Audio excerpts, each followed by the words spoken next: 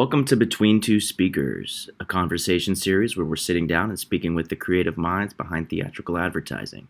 My name is Mike Zarin. I am a composer and founder of a company called Sense It, where we specialize in all things music and sound design for trailers. Today we're sitting down with a very talented video editor by the name of Blum. Aaron's been cutting trailers for over 11 years, has been nominated for both Golden Trailers and Key Arts, and took home the Gold Key Art win for his work on The Secret Life of Walter Mitty. Thanks for joining us, Aaron. Let's dive right in.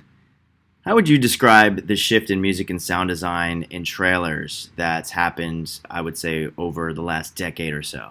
Music has always definitely been a big part of it, but I think that there's definitely more experimentation going on with the way that music and sound design can be used for trailers over the past, 10 years or so. One of the ones that really stuck out to me at the time was the Mad Max Fury Road trailer.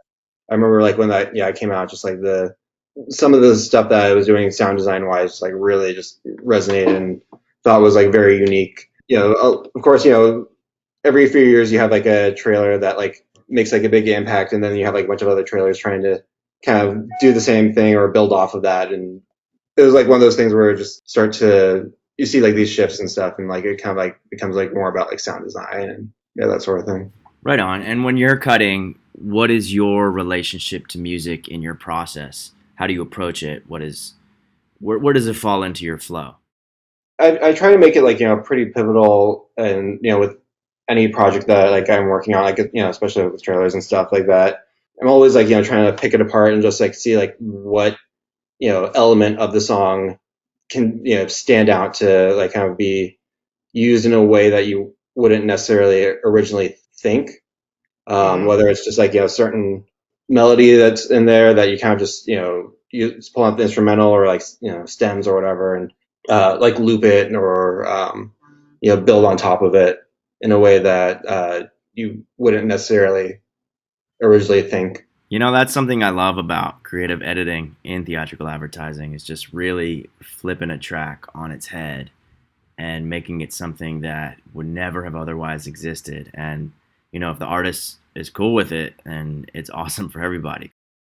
Have you seen a decrease in production libraries finishing in trailers? Do you feel like we're moving away from that? Have we gone away from that for good? Where are you at with that? I think that the library cues and stuff definitely still have a place for sure. It's I still use them regularly on stuff that I'm working on, whether it be TVs or trailers, or like I said, it just kind of depends on what the emotion you're going for is there's just a certain it depends on if you're trying to hit a certain feeling, or you're trying to hit if you just needed to accentuate what's more what's going on in the story and the trailer itself.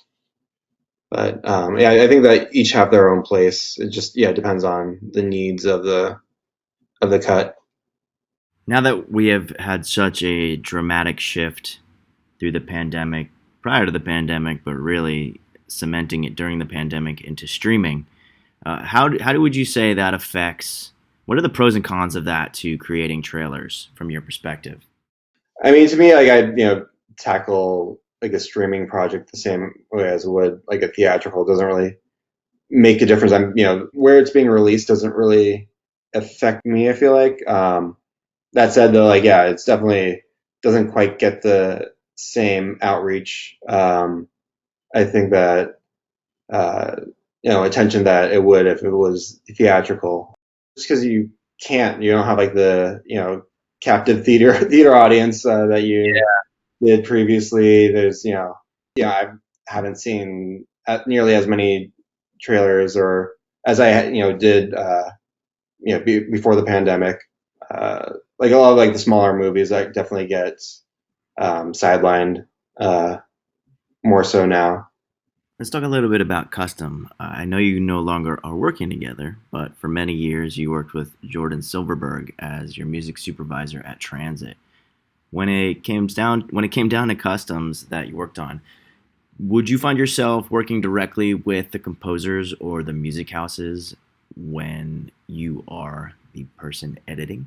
Jordan, my music supervisor, he'll kind of be more in contact with the libraries and the places to actually handle that. But like him and I will sit down, like build out like a rough bed of kind of like just the idea that I'll build out the bed and like kind of we'll discuss like what it is like we think it needs, and he'll pass that along to the other companies, and with his own feedback, and then we'll just kind of go back and forth and until we feel like that we have something that fits our needs. As a music lover yourself, do you have a genre of music that you'd like to cut with or prefer to cut with? Or even do you have a genre of promo that you prefer for film or television? Not necessarily. I mean, I definitely like more I guess alternative, indie music. As far as like genres and stuff, like I find that I've been fortunate where I've been able to work on like a bit of like variety of genres and stuff, like animation, comedy, drama, rom coms. Like it's if it's good for the if it fits the project and like I'm able to get excited about like it regardless of the type of music or genre is. If it's good, it's good for the project. Okay, Aaron, one final question that we love to end every conversation with, and that is if there's one trailer or spot you'd have to pick for the use of music as the best use of music, what to you would that be?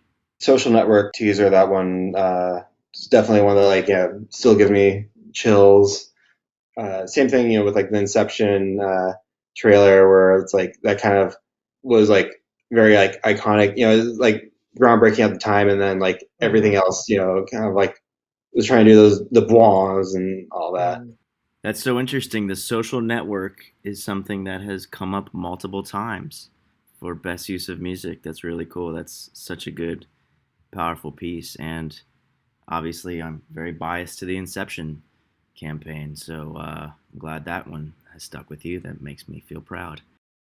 Well, thank you, Aaron, for joining us. And thank all of you out there for tuning in to this installment of Between Two Speakers, where we're speaking with the creative minds behind theatrical advertising. Again, I am Mike Zarin, composer and founder of Sensit. You can find us at sensit.net or do yourself some Googling, look up trailer music placement, licensing, etc., and you should make your way to us. I hope you are all well and safe, and stay tuned for the next installment coming at you soon.